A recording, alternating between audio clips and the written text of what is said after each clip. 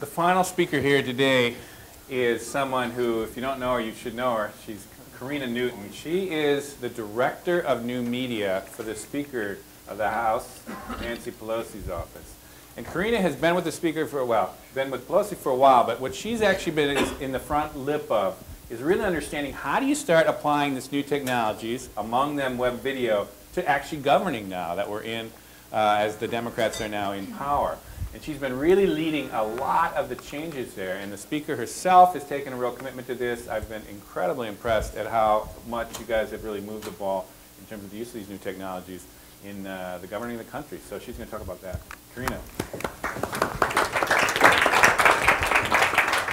So Pete always has these fantastic PowerPoint presentations that I can never compete with, so I didn't try. Have to apologize for that. But what I thought we'd do is kind of give an overview of what's been done. And really, YouTube was the thing that changed it for us, because it gave us the ability to have an audience that we could reach that wasn't just on our website. So basically, we would be able to put video out there, and people wouldn't necessarily have to know how to find us, because I don't know how many of you have visited your congressperson's website, but most likely you haven't unless you work in the field.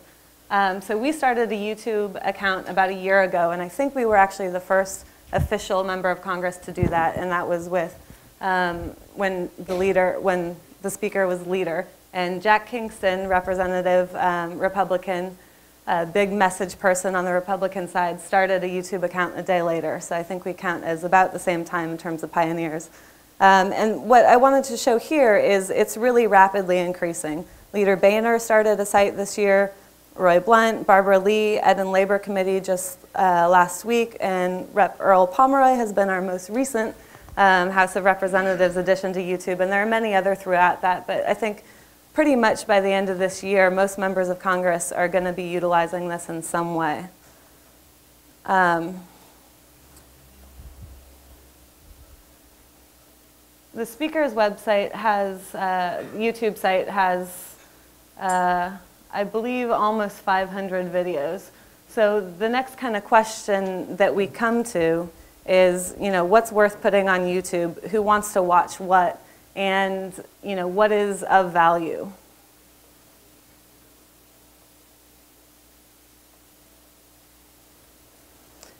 So what we've kind of found is, I'm going to give you guys 3 examples. This is a video of a government and oversight hearing where there was a GSA administrator that came to testify.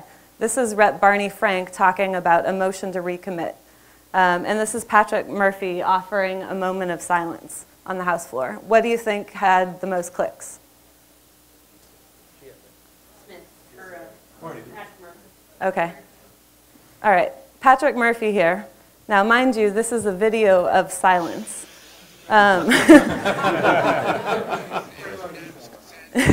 This had about 10,000 hits.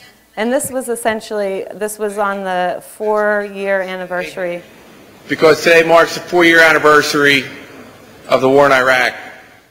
I'd like to offer a moment of silence for the 19 members of my unit that did not make it home from Iraq, and for the thousands of brave Americans that have fallen.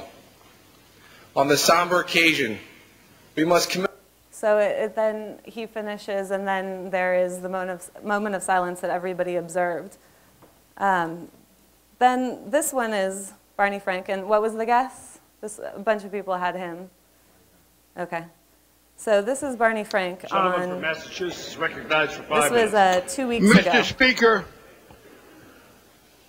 never has the willingness of the minority to abuse the process for purely political ends been clearer than today. Parliamentary inquiry, Mr. Speaker. Does whining come out of my time?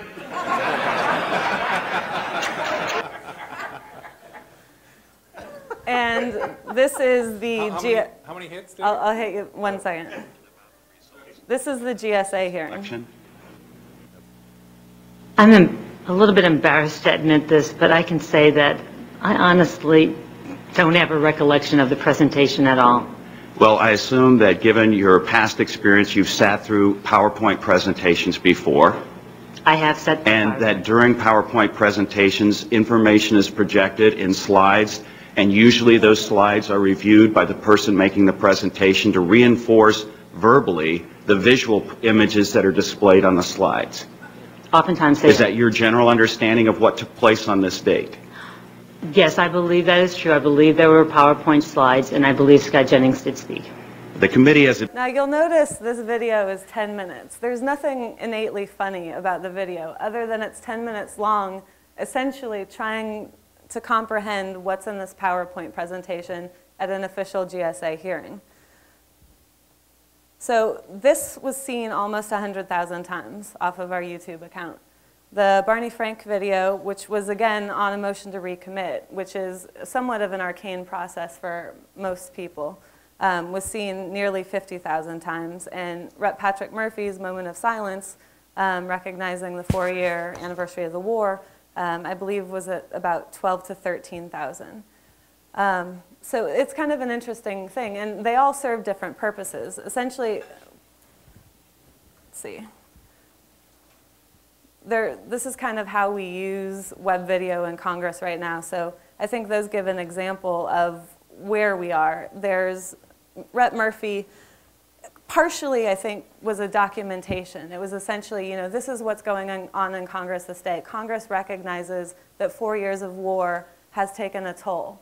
And that this is something to say, where are we going? You know, we need a new direction in Iraq. But it was also a moment where we could put something on YouTube and show people, and then people could also embed that video on their blogs, et cetera, that this is a universal experience, that Congress isn't just in Washington. It's not a chamber you can't reach. This is a shared experience. And then with Mr. Waxman's hearings, there was a piece that's coming out in this week's Newsweek, which I think is essentially explains the popularity. He says, last week, for instance, Waxman's House Committee on Oversight and Government Reform heard startling testimony about how the Army lied repeatedly to protect its image, covered up those lies, then lied again. Instead of depressing me, the hearings left me strangely exhilarated. And we've put up a lot of the hearings from Oversight on our YouTube site, and it really is, you know, you're going through, you know, Pat Tillman's brother testified last week and Jessica Lynch, and there are these ways in which transparency and accountability is occurring in this Congress that has really been absent for many, many years. And so being able to have YouTube and videos as a forum to show the Democrats bringing back accountability and transparency. There's no more transparent moment than putting something on the internet. It's there. So it's really where the message and the media meet incredibly. And on Rep. Frank, he's hilarious. You know, he doesn't say a thing that comes out of his mouth that's not funny. But he also highlighted hypocrisy in a way that people could understand the legislative process and what Republicans are doing with their motion to recommit. So it was a way to take something that wouldn't really be understandable to a way where you could understand where both Democrats and Republicans are coming from. So the other kind of ways that we do web video, communicating with constituents, and that's really a member of Congress's primary job, is to talk to the people who they represent. And Rep. George Miller just did this for the first time last week, and I'm told that they're going to be improving their technical and editing skills. But just to give you a little bit of taste, it's essentially a mashup of his week. And he takes an interview and then matches it with things that have happened on the floor. So he basically walks you through the week. Once again, the Congress went on record to stop the war in Iraq. The American people recognized President Bush's approach in Iraq for what it is, a failure. That's why we sent a message to Washington this past November to change the course, to end this war, to get out of Iraq. That's what the American people said in November. And he goes on to the next day. So he kind of goes through, you know, public events that have been videotaped and then matches it with his views and response to it. And then we have the transparency and accountability, which is really a lot of the oversight work that is going on in the hearings. Then an important thing, and this is predominantly how our office uses it in addition to working on web video, is rapid response, because really the ability to frame the message before MSNBC does or before Fox News does is really important, especially on the internet. So this is an example from yesterday, actually. We were anticipating the president's veto. We knew that the speaker was going to sign the bill and send it to him. And so that morning, we had 1 minute on the House floor. And so about 20 members of Congress stood up and basically said, this is what we should be doing. The president should not veto this bill. We produced it, it went on YouTube. It also went up on Daily Kos on the front page. And all it is a video that we put together in literally 45 minutes of the different speakers on the floor. Madam Speaker, 1,460 days ago, we had lost 139 troops, brave men and women, in Iraq. 1,460 days later, Sergeant Michael Hollander from my district, from Little Falls, New Jersey, died on Saturday when an IED detonated near his patrol. He's one of 3,214 more troops that have died since supposedly major operations would cease. And today, Congress will send President Bush and so it continues on that. And this is an example of also how the same material can be framed in different ways. Daily Kos posts it saying House Dems take to the floor on Quagmire Accomplish Day, whereas the way we frame it would obviously be a little bit different. And this was the blog post on our blog, The Gavel, that we did, and it's, House Democrats on the floor. It's very, very, very plain.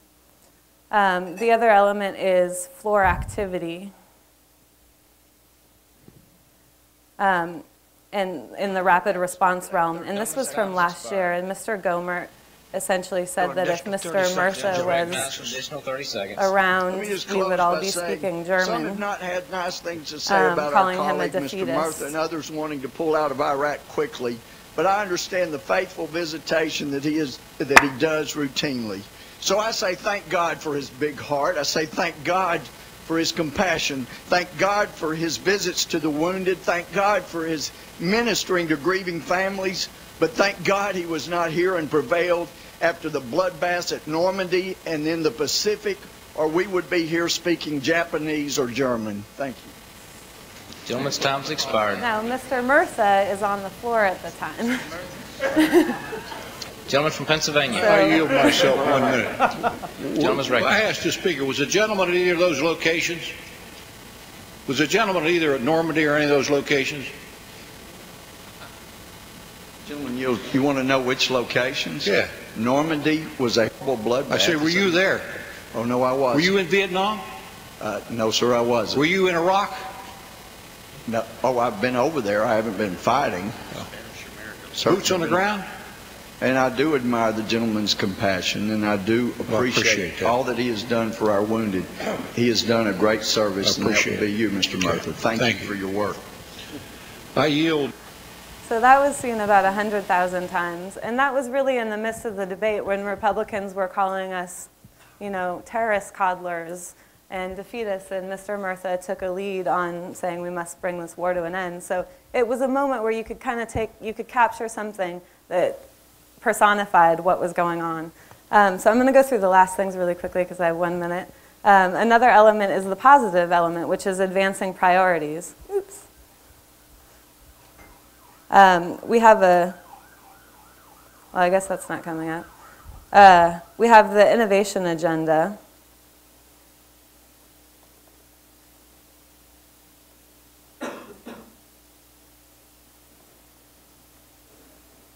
It's great when you see the smart technical people having technical difficulties. There we go. We have the innovation agenda, which is basically a democratic agenda to promote innovation and science. And along with essentially having the agenda up on the website, we also have a YouTube video of the innovation agenda and members of Congress speaking on it. So essentially what we try and do is everything that we have in writing, we also try and have in video. Everybody likes their material different ways, and we want to have it as accessible as possible to everyone. And the last element is reaching new audiences and really utilizing that, and that's where I think you'll see the future of where Congress is going. Mr. Pomeroy just started a MySpace page. It's called Earl Jam. And along with him riding on a horse, he also has a YouTube video saying, hey, I'm here new to YouTube and MySpace. He's 54 years old. And one thing that you'll see is there was a piece in his local paper yesterday that said, Pomeroy is quoted as saying, everything I know I learned from staffers under the age of 25. So the Hill is starting to utilize the talent, and one thing we'll never have a shortage of on the Hill is interns and young staffers. So I think they're kind of leading the way to bringing this technology to the forefront. And just one last thing, too, is we have rules, obviously, on the official side where we don't, we can't really solicit anything. We can't ask for anything. It's our job to use the taxpayer money wisely to just communicate what we're doing. But there have been some creative ways of trying to get some interaction between members of Congress and constituents. And I think you'll also see more of this. And one last example is the 30-something members. The Speaker has a 30-something working group where members of Congress, in the 30-ish range, Mr. Meeks now, I believe, at 39, so I don't know what's going to happen. It might be 40-something members soon. They had this giant rubber stamp that we built. And they would go on the floor every night, about the rubber stamp Congress. And this was the 109th Congress, was the rubber stamp Congress, where the Congress just rubber stamped everything Bush did.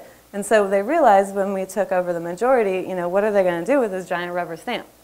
So we recorded a video of him, and he is asking folks what he should do with the rubber stamp. I'm Congressman Kendrick Meek. I represent Miami, Florida. Here in the Congress, I'm a part of the new Democratic majority here in the U.S. House of Representatives. It's basically him and the rubber stamp. Wanted to thank you on behalf of the 30-something working group, especially to our loyal C-SPAN. And he goes into that, but I want to show you a little clip of another. There was a series of 3, and so, they did the first video where they were introducing that they needed to get rid of the rubber stamp. And then the second one was him asking people on the street. To what we have. Hi, I'm Congressman Kendrick Meek again from the 17th So he basically walks around the Capitol asking people what they should do. New Democratic it was one of the I think we'll be seeing more of this where members of Congress use video to ask folks what they should be doing and then report back in video form. So it's a continual dialogue. All right, that's my fancy PowerPoint presentation.